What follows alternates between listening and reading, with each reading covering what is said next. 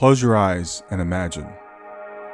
What if the things in life that cause us the greatest pain, the things that bring us grief, are challenges?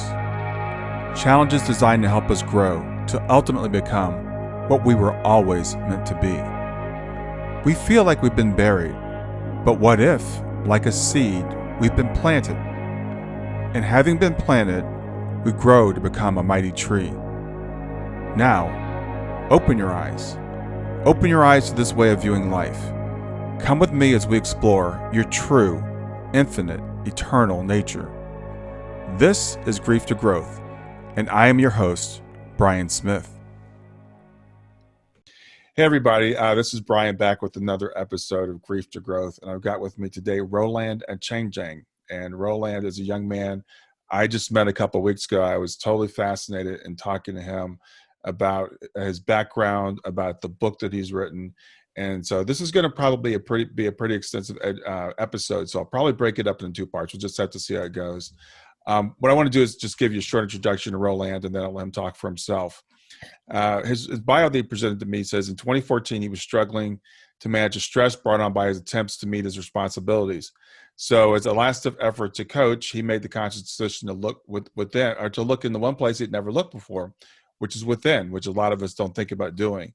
And Roland developed his own meditation practice as a self-taught meditator. Roland is also a pharmacist. He's an MBA. As I said, he's quite an accomplished young man. He's got his own podcast, which is called, look at my notes here, Conversations with Roland, I believe. Is that right?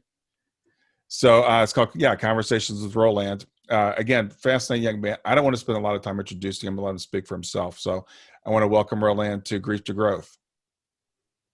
Thank you, Brian. Thanks for having me. Appreciate it. That was a pretty sweet introduction too. Thank you. Yeah, I like I said, meeting you a couple of weeks ago, we just had a conversation. I felt like a kindred spirit. We hit it off kind of right away. We were introduced by a mutual friend. So what I want to do today, or at least to begin with, I want to start talking about you and your experience. And we can start in 2014 if that's what you'd like to start, or start wherever you want. Just tell me about yourself.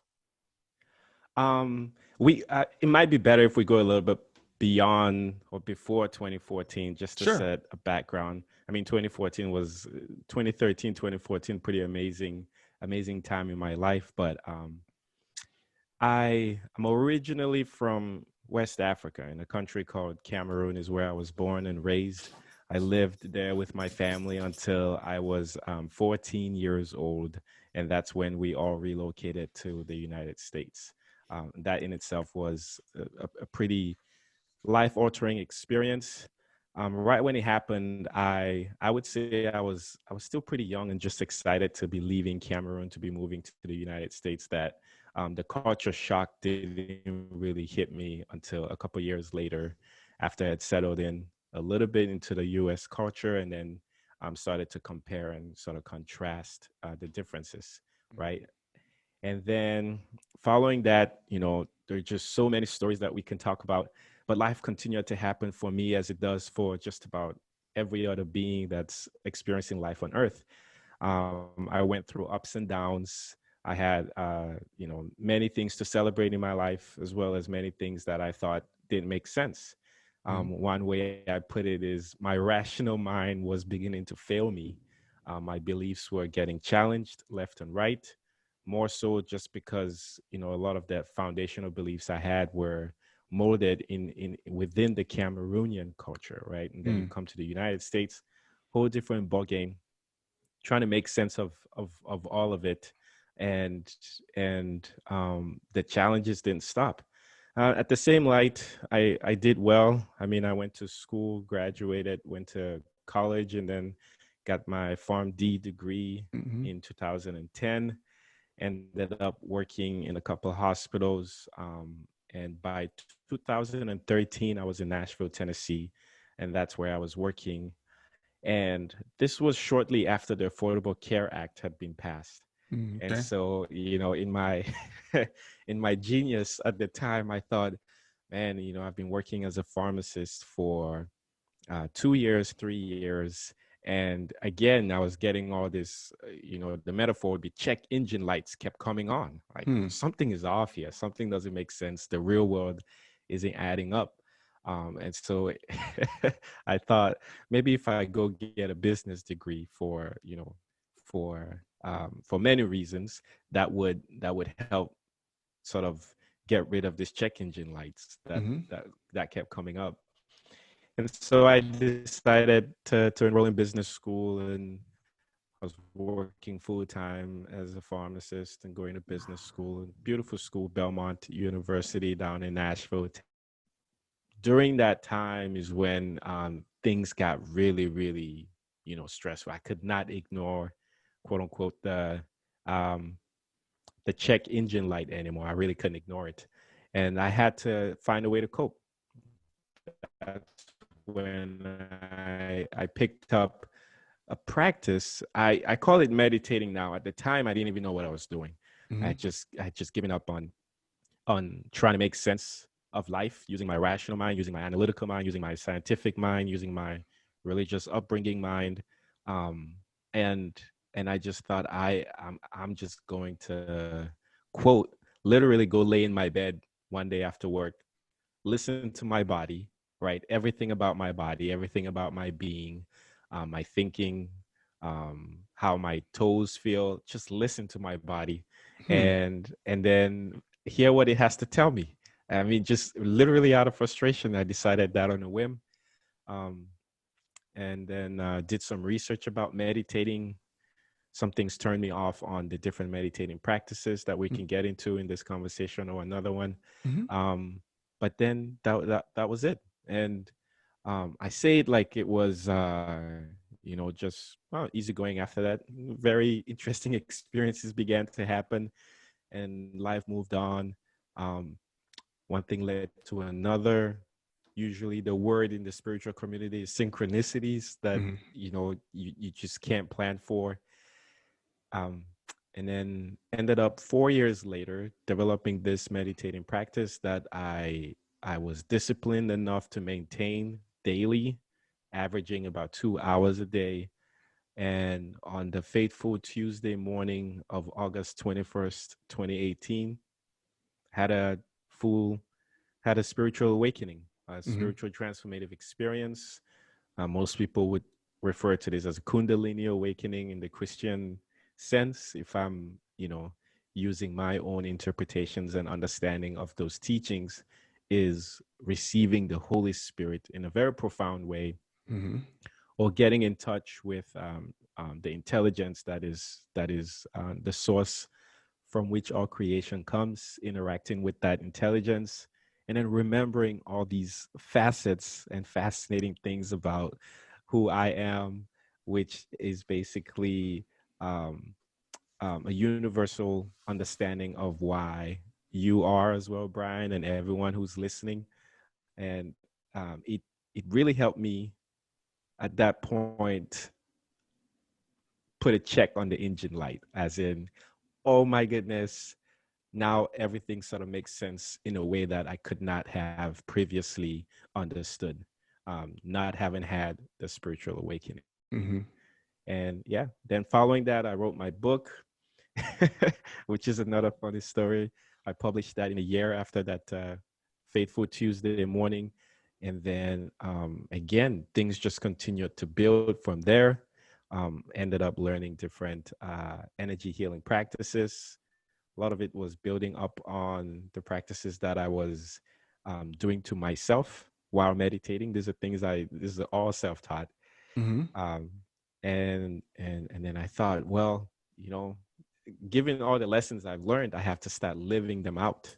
And so the podcast came about, and then connections, and now I am here talking with you, Brian. I mean, Yeah. Well, let me ask you a few questions. So, sure. you mentioned, you came from Cameroon. You were like 14 years old. So, and then you go through school and everything. Sounds like you were very successful, as we would use the terms. You graduated with the PharmD, which is not an easy thing to do, but something was kind of off. When what you had was, I think a lot of us would call a dark night of the soul. So, what type of things were off? What was creating the check engine light for you? Oh, that's a great question. I love it. So many things, and I'll tell you one story to just try to paint a picture of what I mean by Hmm. my check engine lights kept coming on. So growing up in Cameroon, I was raised in the Catholic faith. And I started doctrine classes when I was 8 years old, for instance, right? And we learned everything our teachers taught us about Jesus Christ, a lot of Christian upbringing stories in the Bible to help guide you and help you build sort of a moral code on which you would then use to develop your life through. But amongst the stories where there was this aspect of Jesus Christ's life and his birth specifically that I had never ever heard otherwise, that he was the only son of Mary, conceived by the Holy Spirit, and Joseph was sort of his stepfather or his father essentially, right? And Jesus Christ was the savior, and the whole, most of us know this story. Mm-hmm. So this was my upbringing up until I was 14. Fast forward the spring of 2001. I am in Platteville, Wisconsin, my uncle's house, watching the History Channel. So this was right around Easter break. Mm-hmm. And on the History Channel, there's a documentary about the life of Jesus Christ. And this is an individual who I like, just like the entire world, I'm super fascinated by. Like, why? What was so special about him, etc. He did so many things, so many miraculous things, an amazing teacher. And I'm enamored by this documentary. So I'm really, caught up in it, watching the stories. And a lot of it is building on the foundation of the stories that I had been exposed to growing up in Cameroon. Now, another interesting aspect about this is growing up back home, I did not have the luxury to watch reenactments of the stories of Jesus Christ. A lot of it was what I was either reading or being taught by a teacher, right? Sure. Just yeah. And we know the power of pictures, especially moving pictures as in documentaries and reenactments. Yeah. Now, in the middle of all of this, I'm fully engrossed. I hear the narrator mention that Jesus Christ had brothers and sisters who were born of Mary and of Joseph. Now, to your listeners, and maybe even to you, that sounds, oh yeah, of course, he did. It's in the Bible, it's here and there. To me, in that moment, right, 2001, that was earth-shattering for me. If I can channel in, Stephen A. Smith, the blasphemy that I heard out of this narrator was earth-shattering. I stopped in my tracks. I couldn't pay attention anymore. And I, in my, genius as a 15-year-old, less than 1 year in the United States, was enamored on contacting the History Channel to tell them, stop spreading these BS lies. Why are you indoctrinating the American people with this BS lies? Jesus did not have siblings. He was the only son of Mary, conceived of the Holy Spirit. How dare you, right? The blasphemy. And so in my frustration and not being able to make sense of this, I turned the TV off in the middle of this and walk away. And I was done with it. And that's an example of a first, one of many examples essentially of when my check engine light came on. My foundational beliefs were seriously challenged. Yeah. What do you mean Jesus had siblings? I have never heard that for 15 years on this planet. And those are the kind of things my rational mind was failing me. Yeah. And over time, I would have experiences like that and just wash them under the rug or find another sort of justification or come up with some reasoning to help me feel centered. Yeah. But as those began to grow and add on, it came to literally a head. I had to make a decision. I either continue to live this sort of life that doesn't make sense and just navigate through this fog and then hope that something happens, or make sense of the fog. Yeah. It's Yeah. interesting as you tell that, because I can relate so much to it. I was raised as a Pentecostal and was raised with a very fundamental, literal interpretation of the Bible. And I remember when I was a young man, I was in my 20s or 30s, I guess, and I started hearing people push back against the creation story. And I always thought it was literal. And I was like, how am I going to make sense of this? And I actually, the young earth, the creation museum is down in Kentucky, which is close to you and I both. You're in Louisville, and I'm in Cincinnati. There's a creation museum near here. And this guy, Ken Ham, they put together this argument to say that creation was real. And I'm a chemical engineer by trade. So my background is like, I'm a rational person. And I'm like, yeah, it's real. So I get into it and I'm reading all their stuff. And then I read the other side. And then I remember reading a book about this guy was taking the Bible and not taking it literally, Genesis, but saying that it was a period of 7 like ages or something, and explaining how we could have both creationism and this kind of an old earth theory. And I was sitting on my deck and I remember I lifted up my eyes and I looked out and like the whole world just suddenly looked different. It's like I suddenly understood, how God, quote, created this thing. And it blew my mind. So I'm just relating to the experiences that you went through, because I had a series of those, and it creates a crisis, right? It's like, well, what else do I believe is not real? Exactly. Like, who else is playing games with me and telling me, stories or tales, literally tales? And what am I supposed to do with those tales? And then you start going into, this conversations in your mind of what's right, what's wrong. And then if it hits a bigger head, like me, I was a pharmacist, and in healthcare, oh my Mm-hmm. goodness, just so many check engine lights are coming on.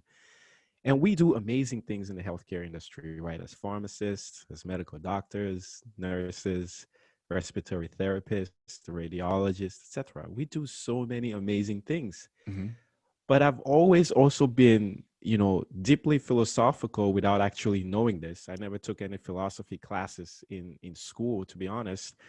And it was only in asking these questions and trying to make sense of my earth life experience that I, realized that I had this side to me. And in talking to a priest one day, he was actually the first person to call me that, where I don't want to say debating, but I was trying to paint a picture of how, I grew up not believing that Jesus Christ had siblings. Mm-hmm. And his answer was very straightforward to me. He goes, well, you should have just read the Bible.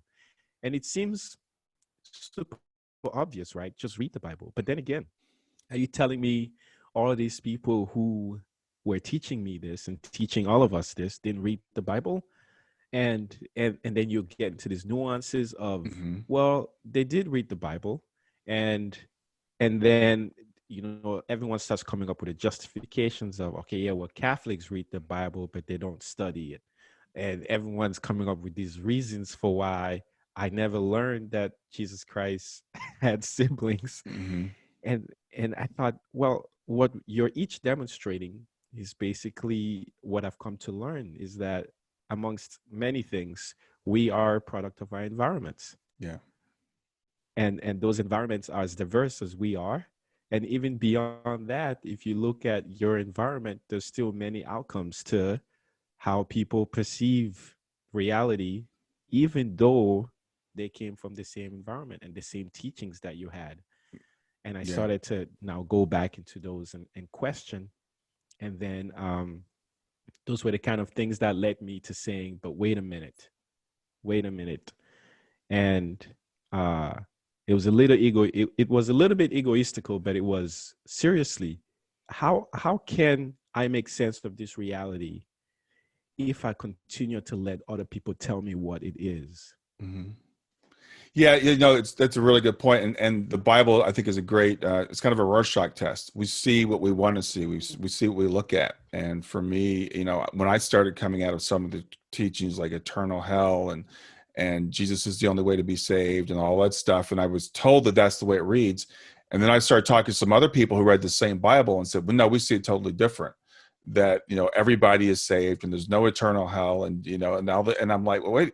It's the same book, but we're all reading it different ways and we're all getting different things out of it. So I think it's interesting that we come to, and this is, I think it's a common story. We come to, like I said, a dark night of the soul. We all come to it differently, and it's all manifested differently. But we come to a point where it's like it's just not working anymore. So, what made you decide, do you think, to Yeah. turn within? Because a lot of times at that point, people will go, "Well, who can I find to tell me the truth?" But you decide to turn within. Yes, another great question, Brian. And again, with me at that point, I had reached a space in my life where I had experienced quite a bit already, right? I was a practicing pharmacist, so I knew that, at least from a scientific background specific to the practice of medicine and in my field, nobody was really going to tell me. I mean, I was talking to pharmacists all the time, Mm-hmm. and many of them weren't even interested in the kind of questions I was asking, right? And so I just knew that at that point I couldn't find another colleague to talk about this with. I'll even share an example of the story. There's one evening I'm working with a colleague, and this patient gets admitted in the ER, and they have elevated liver enzymes. And so the doctors do the workup, they order the labs, and then they admit the patient to the hospital. And I'm following the patient through from the ER to admissions on the floor. And I'm looking at the treatment plan for this patient and the medications that we intend to give this patient. And what I find out, or what I realize quickly, is even though I'm not saying that this is what happens with everyone, I have to preface that with this, but Mm-hmm. um, is we weren't really treating the underlying elevated liver enzymes in this case. We admitted this patient to the hospital and gave him a room to basically rest, because every medication we gave him was what we call comfort meds, which are usually things like Tylenol as needed for pain. So you're not really going to get the Tylenol unless you're complaining about pain. Mm-hmm. Medications for constipation as needed. Everything was as needed. Mm-hmm. And then IV fluids, which is literally rehydrating you, right? And that's what we gave this patient. Mm-hmm. And I'm looking at this, and it suddenly dawned on me that for these patients in particular, we're basically giving them a place to rest, Mm-hmm. or quote unquote meditate, and sort of get rid of maybe life's challenges that would be causing them additional stress, and then making it difficult for this body or their body's autonomic regulatory system to kick in and then fix the underlying issue. Hmm. And I look over at my pharmacist and I go, hey man, are you looking at this? Like, we're literally giving this person a place to rest, Hmm. which to me sounded a little bit like, oh, meditate, right? Mm-hmm. And those are the kind of things I was seeing. Um, and then another reason why I decided to go within again was basically that the answers I was looking for weren't in pharmacy, weren't in healthcare, Mm-hmm. weren't in religion. Um, because again, I was raised Catholic, but I came to the United States, and my Catholic upbringing in Cameroon was different, Yeah. right? There were different interpretations in the same faith. And then I started to learn about so many other religions, Muslims, right? Hindu, um, even Scientology, and then old religions, Greek mythology, Egyptians, etc. And you begin to see these underlying stories that are the same. There's a story of creation, there's always a battle, there's a fall of man somehow, there's a redeemer that comes in.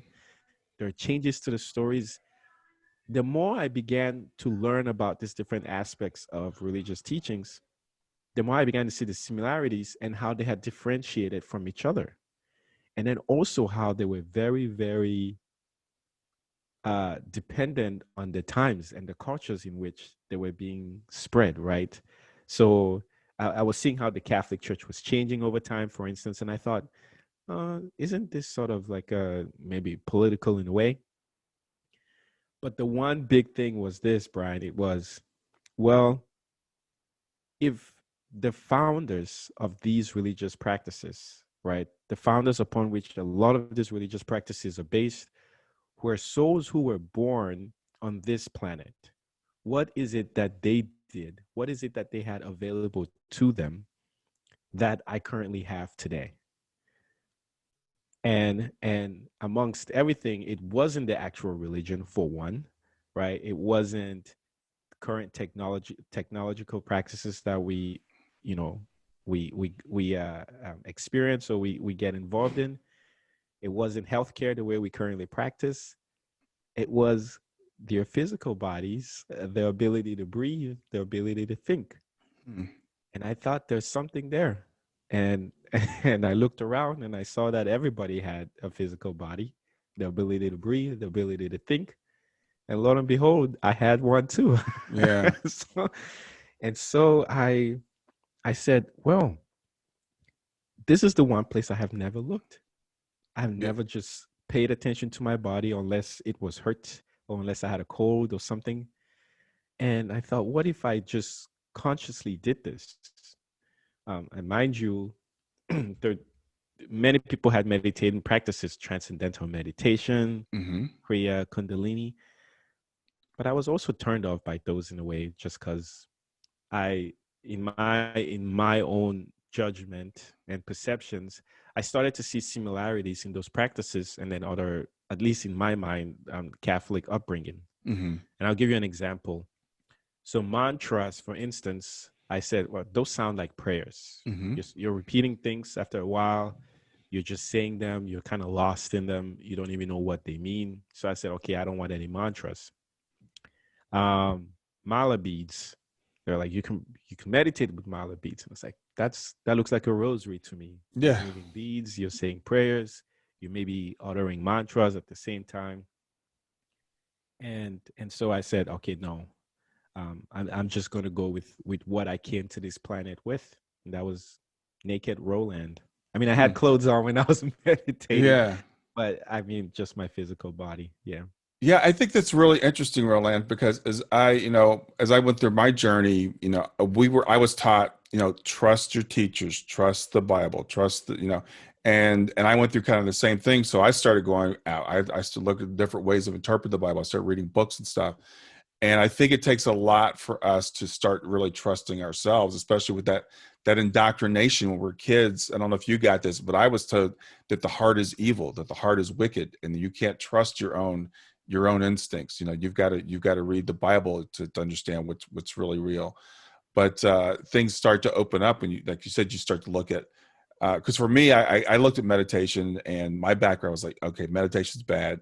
That's evil. So I found this thing called contemplative prayer, and so I'm reading books about contemplative prayer, and I'm like, well, this is just meditation. You read a verse, or you say it over and over again, or the mala beads are the same as the rosary beads. So I think we come to the conclusion, it's like, well, it's all kind of the same thing.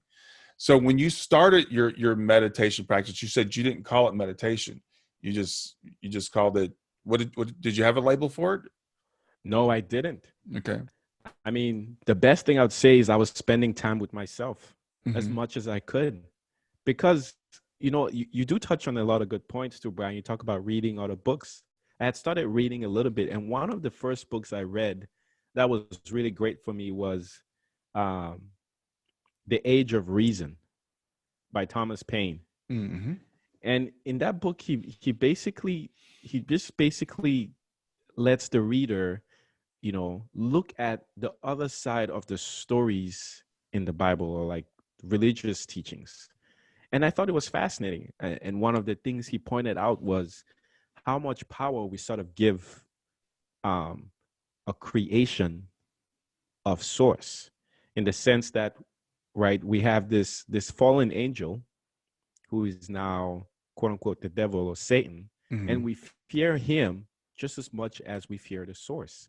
And he was saying, but if this being is a creation of the source, how did he get to be so big that we are basically enabling, empowering, and fearing this being so much Hmm. that it's basically the biggest message in a lot of religious teachings is there's this being that is so bad.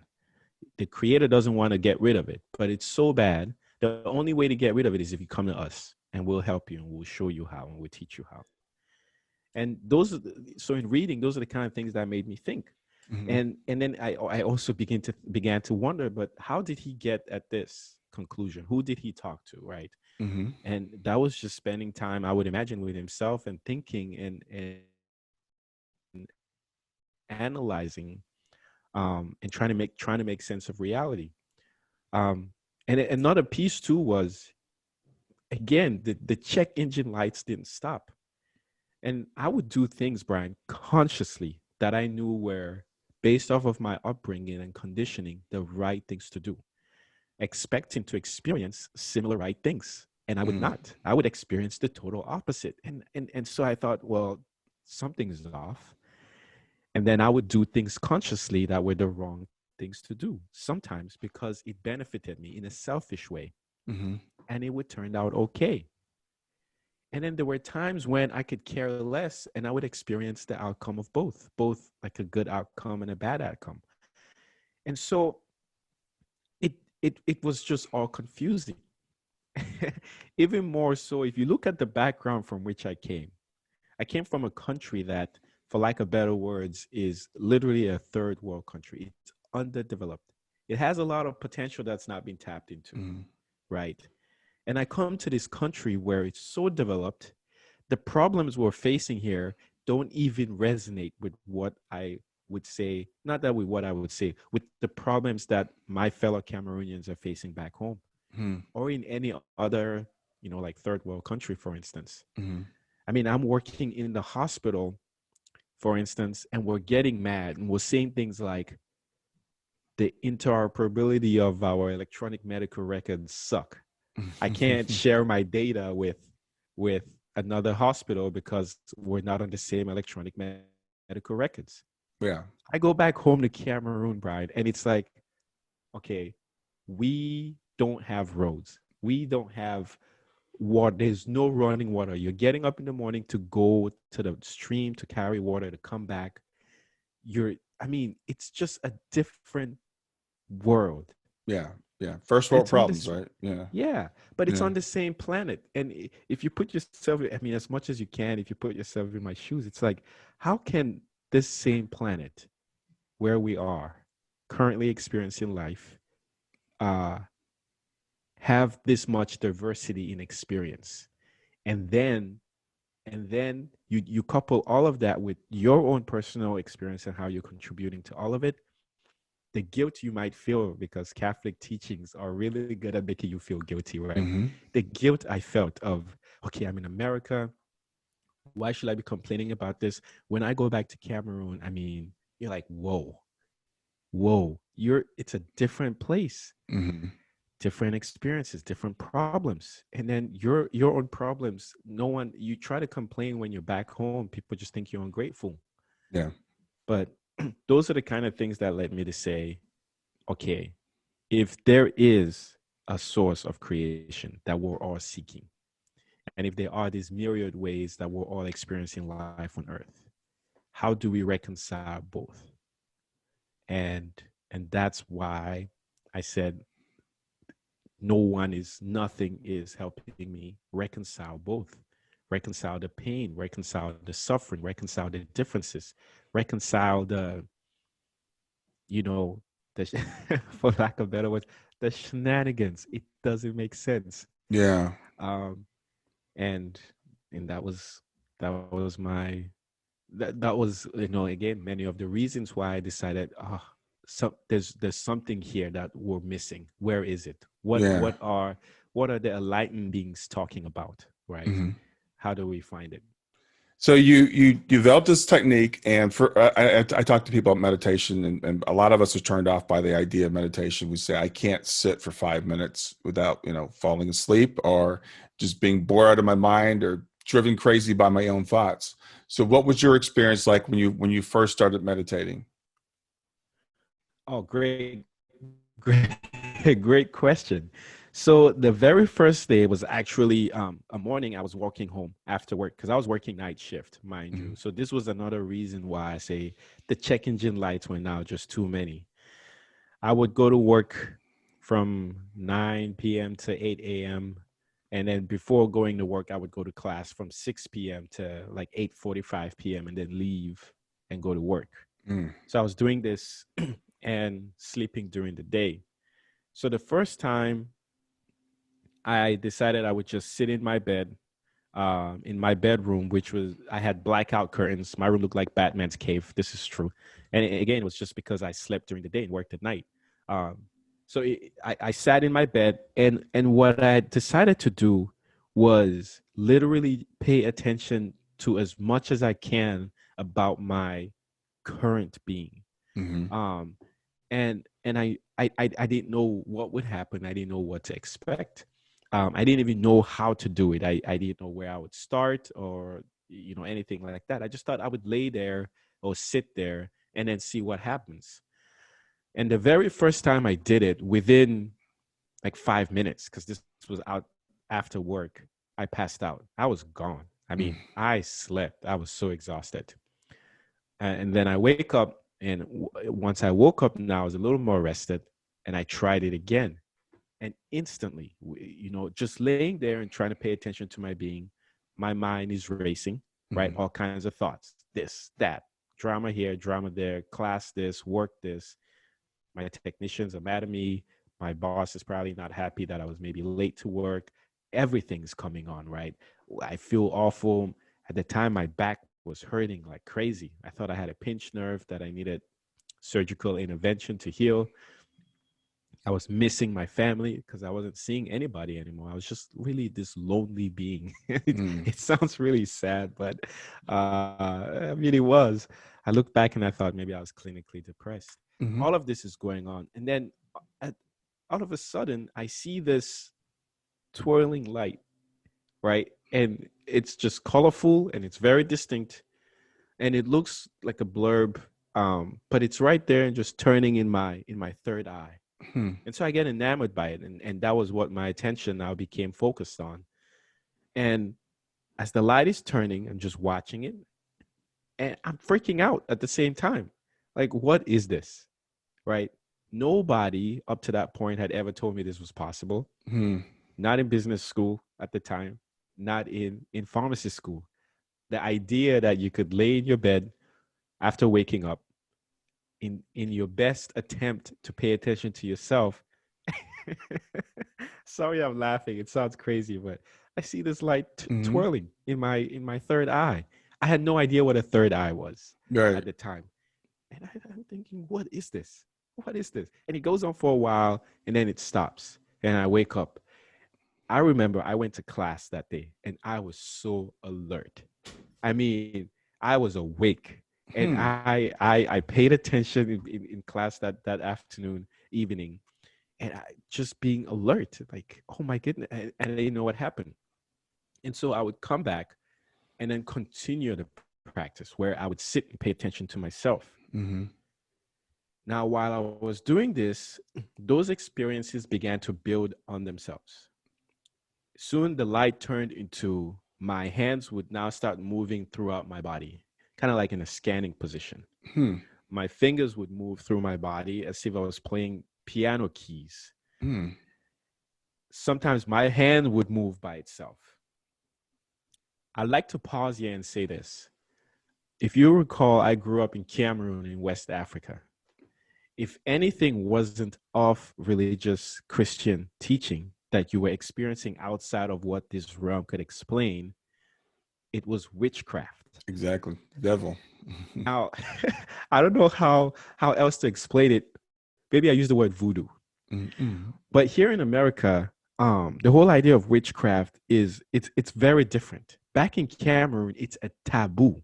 Mm-hmm. I mean, a taboo. Even the whole idea of meditating is a taboo. Mm-hmm. That's witchcraft stuff. Don't bring that. What do you mean meditating? What's that? You're gonna Yeah. make us go crazy. You're gonna. So if you can appreciate where I was as this kid who's really just starting to dabble into paying attention to himself, and I'm having all these experiences, and my conditioning to that point was this ain't supposed to be happening. The red lights were this is witchcraft, Mm-hmm. right? And I knew, and I was convinced that I had been possessed by the devil, Mm-hmm. right? So that was my thinking. I was like, oh, the devil's gotten hold of Roland. He's now moving his hands in weird ways. What the heck is this? But here was the kicker, Brian. I would meditate and have these experiences, and they would build on themselves. One day, my hand might just move an inch, and then I would stop and freak out. Then the next day, it might move 3 inches, and my whole hand would stop moving and moving through my body. And as this built on themselves, I would freak out and stop in the moment, but then realize how much better I was feeling, and then build up the courage to continue the practice. Yeah, And so, yeah. I think it's really fascinating here because, as I said, I can relate so much to your story. I was raised Pentecostal apostolic, which is similar. Everything outside of the church has got to be the devil and stuff. But you had gotten to the point where it's like, I'm going to trust myself. I'm going to trust my own experiences and go with it. I think that's so powerful that you were able to do that. And the other thing I think is really cool is when you started to meditate, you had no expectations. For myself and a lot of other people were like, okay, well, how do I do this? And what am I supposed to experience? And that can mess us up, in our own minds, because we were like, am I doing it right? And you were just free. And maybe that's why you were able to have such an amazing breakthrough as quickly as you did. That is true. I mean, that's certainly part of it. And I created this 6 proven paths to effective meditating guide, and that is one of the paths I talk about in looking Hmm. back at my experience. Now, I did have goals, so I started meditating because I needed help, amongst other things, to cope with my work and school stress. Hmm. Right? Right. I had no idea it would become this spiritual practice at all, and that it would lead to a spiritual awakening and Okay. this life altering and life transforming experience. But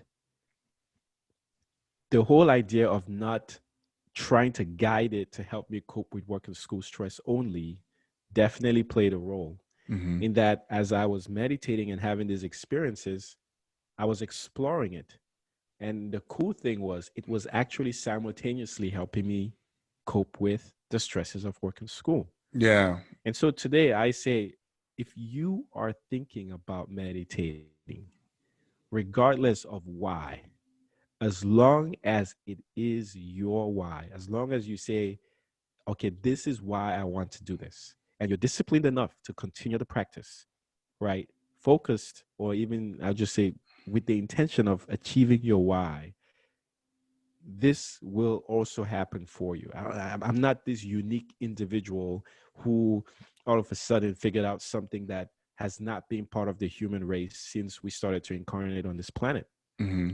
Even more so, given my background, there is no upbringing of mine that would have said Roland would be able to find a sense of state of being that he currently has through meditating, because this is not part of my culture growing up in Cameroon. Yeah. Today, if I even mention this to my fellow Cameroonians, a lot of them, they tell me, hey, take a hike with this witchcraft stuff, don't dabble in that stuff. Yeah. Today I appreciate that very much, right? Especially following my awakening, I do, because these fears are what are creating the current earth life experience that we're having. And these fears are really based off of your upbringing, your conditioning, the lessons you chose to come and learn in this current life. Hmm. And the way you choose to overcome the fears are entirely yours. And the cool thing is, the more fears you overcome, the more you expand your consciousness. And then eventually, you start to see life from an entirely different perspective, which is what I think is where I am today. Yeah, I think it's like I said, as I hear you when we met a couple weeks ago, I was like, I can just see myself in you, but I see a lot of other people also. And when you talk about your meditation technique, I work with a guy named Kelvin Chen, who's taught meditation all around the world. And one of the things that I've gotten from Kelvin over the last several months I've known him is like, stop expecting so much and stop worrying about whether you're doing it right or wrong. And he had a period of time after his mother passed away, he was trying to get back to his meditation, and he said he would just cry. And he finally realized that was my meditation. It was just to sit there and to be with my own feelings. So I say this to our listeners, not so much to you, is that if you're trying to meditate, stop trying, just do it and trust that you're doing whatever you're doing is the right thing for you. And we all have different experiences. I've been meditating myself for several years now, and every day for about I'm coming up on 4 years, I guess it is. But my experiences are not like yours, and that's okay. But listening to your experiences, they can be, I think, inspirational to all of us, and realize, that you got what Roland needed at the time with your experiences. So you're doing this meditation, and you're getting hooked on it. You're going longer and longer. You start off for 5 minutes, and now you're up to a couple hours a day. So Yes, now I average about 2 hours a day. So when you had your I'm going to call it an awakening, and was it 2018? What was that like? What was the experience of that like? That that was fascinating. So I'll take you back a couple of months leading up to that day. Okay. And then fun fact too, that August 21st, 2018 was exactly a year to the date where we had that national solar eclipse move across the United States. It was August 21st, 2017 when that eclipse happened. And it was only about 6 months after my awakening where I was looking at the glasses that we had to look at the solar eclipse, that I saw the date on there. And Okay. I thought, whoa, that's odd. That was a year to the date. But I digress. Sorry. To answer your question, about 6 months, a couple of months prior to that, part of my meditating practice was still requiring me to adopt these yoga positions. Now, I've not mentioned that yet, but the kriyas, my hand movements, those began, like I said, to build on themselves to the point where my entire body was being moved into yoga positions and yoga poses. And it was in that realization, or it was during those experiences, that I also appreciated that, everything that we do is really a child of source. When you connect to source, you start to do these things. And it made sense to me in that way. Another interesting thing about these yoga poses that I adopt in the midst of meditating is how fine-tuned and accurate they are. It's not like going to a yoga class. I could go to a yoga class and actually get stressed out even more. Because the poses and the flows that the yoga instructor are putting me through isn't necessarily what my body needs energetically at the time. In deep meditation, these yoga poses that I'm going through are exactly what my body needs. And there's a synchronicity to the entire movement and my breathing. It seems like a symphony. I'm flexing the right muscles at the right time. I'm breathing just the right amount of depth and releasing at the right time. Sometimes it's even a fire breath where it's faster. So all these aspects of all these different meditation and yoga and breathing techniques become part of my experience without me consciously saying, I need to do this now. It's just letting go deeper and deeper into the meditating practice. But one of these yoga positions I was trying to adopt was a boat pose. It was like a deep boat pose where, as my butt was on the floor and my legs were raised up, my torso was also raised up. But then I had to connect my hands to my legs and hold them. And so it kind of looks like a triangle in a way. And I tried to hold that pose many times. I'd be meditating, and I'd end up on the floor, raise my legs, and then try to hold it and then balance myself in that position. And when I did, I would fall. Every time I do it, every time I attempt it, I would fall. On this Tuesday morning, I kid you not, I'm sleeping in my bed and something wakes me up. And I get this urge deep within, hey, don't do anything right now. Go meditate. This is the time to go do it. And because I've started to build on receiving these intuitive messages, not doubting it, I get out of my bed right on the edge there, start meditating. I end up on the floor again, my legs, right, same pose. My legs go up, my back straightens up, and then my hands interlock my toes, and then bam, For the very first time, I was able to stabilize. I was strong enough and calm enough to stabilize myself in that position. And as I held it, I could feel this vibration in the base of my spine, and I hear a pop, and then this energy frequency or this energy ball moves right from the base to the crown of my head, and Hmm. I feel it right through my spine. As one energy wave moves up, I go, oh. Now, me exclaiming, oh, was actually me remembering all this information about who I was and why I was. And with every wave of energetic movement, there were three distinct. The first one comes up and I go, oh. The second one comes up and I go, oh my goodness, that's true. And then with the third one, it was just a full on, my goodness, that's who I am, that's why I'm here, and this is true for everybody. Now, there were only three waves. We have seven main chakras, depending on who you talk to. Hmm. But with those three waves, I had built this strong foundation. And I believe I was actually opening my lower three chakras, like Hmm. literally opening them. Hmm. That the entire Earth life experience made sense to me. A metaphor would be, all right, you have a 1 million puzzle piece, but it's in a box and you don't know what the puzzle is. That's Earth life. Now, Hmm. with this awakening experience, I was able to put all the puzzle pieces together and I could see the picture. And it was this divine creation. And I looking back, I always think I should have stayed on and then maybe gone all seven waves. But I was so excited, I stopped. I let go, ran upstairs, opened my back door, and looked out my backyard. And I could see my car. I could see a storage shed right next to my car. Across the street from me was Main Street in this small town where I lived in. I could see cars moving and honking. My neighbor's house, her car. The wind hit my face. I could see brushes on the left side of my house, which um, was kind of like property boundaries, right? Hmm. Where it's like, this is where our property ends. And it was separating my house from what was a photo studio at the time.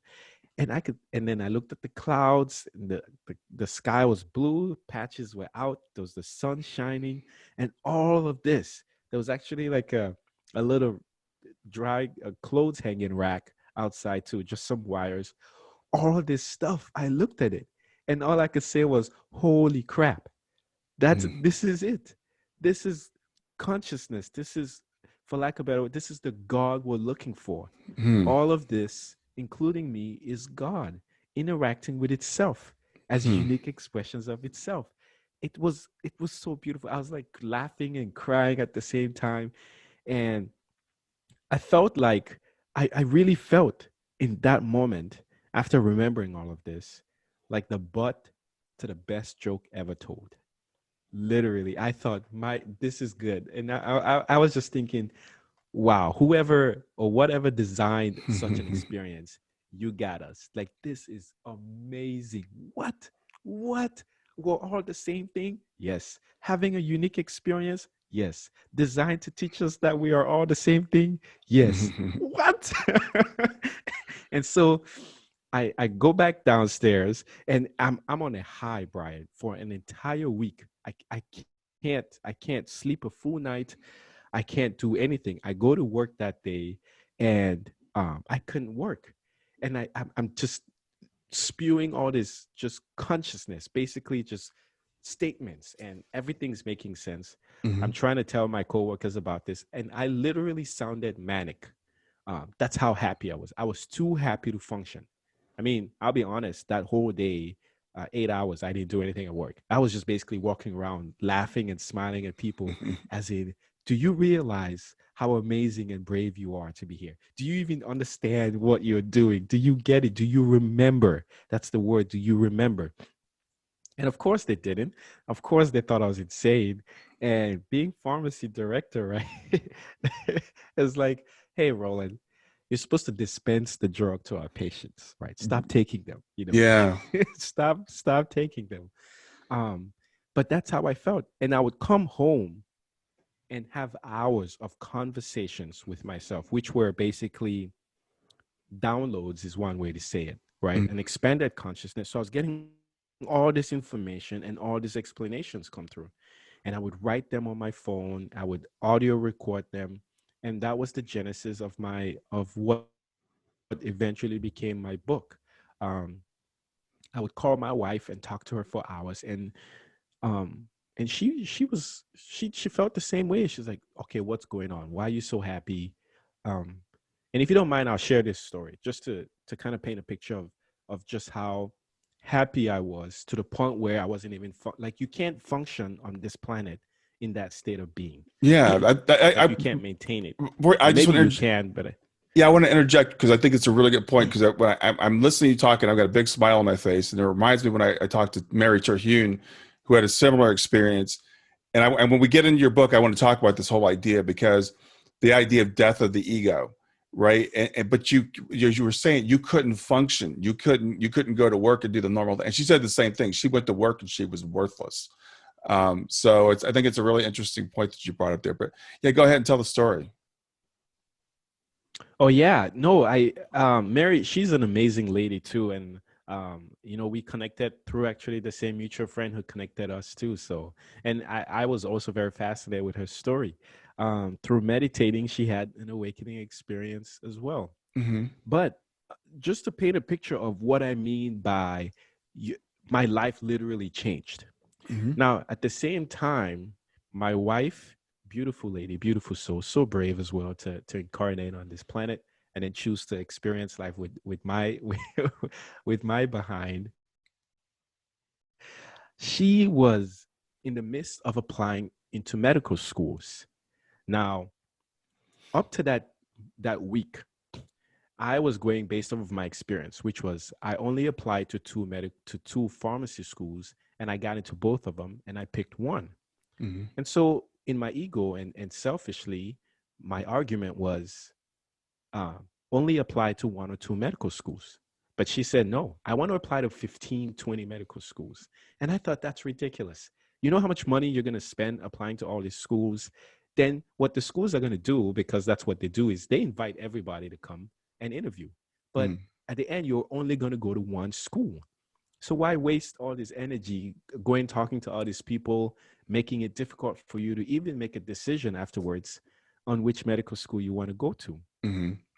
right? Because you have to, as part of the match process, you have to pick which schools are your favorite, and then if there's a match, or if you get admitted there, et cetera, et cetera, et cetera. But I was so enamored that she only applied to two medical schools, which was, I mean, it was selfish. It was also based off of my experience, as in, Hmm. you don't need this many, quit stressing yourself out. And then also, I didn't want to spend that much money applying to all this, man. And then on top of that, you had to fly and travel and all of this. I'm like, don't do this, right? Hmm. After my awakening, after remembering who we were and why we were, when she mentioned, she called and she's like, okay, we need to talk about this. And I'm so happy, right? I was like, sweetie, if you want to apply to 50 medical schools, go for it. It doesn't even matter. Listen, you're going to end up where you need to be. And all these applications that you're going to apply are part of your learning experience. It's part of your uniqueness. So go for it. Right. And I'm so happy and so supportive and so positive. And it was unusual. She freaked out. She's like, okay, what is going on? Right. That's just an example of how life was for me that Yeah, entire week. Yeah. yeah, yeah. Hey, everybody, that's the end of part one of my interview with Roland. Go ahead and find part two, where we really get into talking about his book. This first part has been talking about his life experience. Part two, we're going to talk about the book. I think you're really going to enjoy it, and I'll see you there. That's it for another episode of Grief to Growth. I sure hope you got something out of it. Please stay in contact with me by reaching out at www.grieftogrowth.com. That's grief, the number two, growth.com. Or you can text the word growth to 31996. That's simply text growth, GROWTH, to 31996. Since you're watching this on YouTube, please make sure you're subscribed. So hit the subscribe button and then hit the little bell here, and it'll notify you when I have new content. Always, please share the information if you enjoy it. That helps me to get more views and to get the message out to more people. Thanks a lot, and have a wonderful day.